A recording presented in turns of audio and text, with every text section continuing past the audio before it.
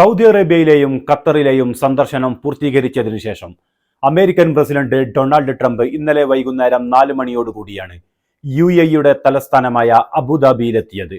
Saudi അറേബ്യയും ഖത്തറും സ്വീകരിച്ചതുപോലെ തന്നെ യുദ്ധവിമാനങ്ങളുടെ അകമ്പടിയോടുകൂടിയാണ് UAE അമേരിക്കൻ പ്രസിഡന്റ് ഡൊണാൾഡ് ട്രംപിനെ തങ്ങളുടെ രാജ്യത്തേക്ക് സ്വീകരിച്ചത്.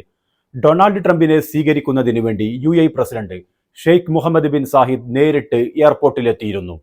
UAEയും അമേരിക്കയും തമ്മിൽ $200 ബില്യൺ വിവിധ കരാറുകളിലാണ് ഇന്നലെ ഒപ്പിട്ടത്. ഇതിനു പുറമെ UAE 10 വർഷത്തിനുള്ളിൽ അമേരിക്കയിൽ $1.4 ട്രില്യൺ എന്ന പടുകൂറ്റൻ സംഖ്യ അമേരിക്കയുടെ വിവിധ മേഖലകളിൽ മുതൽ മുടക്കും. ഖത്തറും സൗദി അറേബ്യയും സ്വീകരിച്ചതുപോലെ തന്നെ UAEയും അമേരിക്കൻ പ്രസിഡന്റ് ഡൊണാൾഡ് ട്രംപിന് വമ്പൻ സ്വീകരണമാണ് ഒരുക്കിയത്. പക്ഷേ ഖത്തറിൽ നിന്നും സൗദിയിൽ നിന്നും വ്യത്യസ്തമായി UAE തങ്ങളുടെ രാജ്യത്തിന്റെ പരമോന്നത സിവിലിയൻ ബഹുമതിയായ order of Sahid American president Donald ട്രംപിന് സമ്മാനിച്ചിരിക്കുകയാണ്.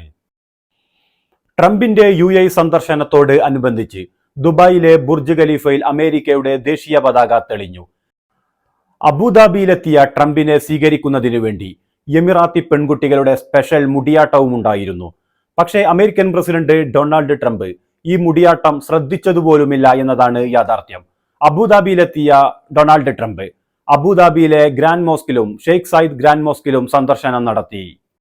തന്റെ ഗൾഫ് പര്യടനം പൂർത്തിയായതോടുകൂടി അമേരിക്കൻ പ്രസിഡന്റ് ഡൊണാൾഡ് ട്രംപ് ഇന്ന് തുർക്കിയിലേക്ക് പോകുമെന്നാണ് പുറത്തുവരുന്ന റിപ്പോർട്ടുകൾ. ഉക്രൈൻ യുദ്ധവുമായി ബന്ധപ്പെട്ട വിഷയങ്ങൾ ചർച്ച ചെയ്യുന്നതിന് വേണ്ടിയാണ് ട്രംപ് ഇന്ന് തുർക്കിയിലെത്തുന്നത്. ഒരുപക്ഷെ ട്രംപ് തുർക്കിയിലെത്തിയില്ല എങ്കിൽ അമേരിക്കയിലേക്ക് തന്നെ തിരിച്ചു പോകുമെന്നാണ് പുറത്തുവരുന്ന റിപ്പോർട്ടുകൾ.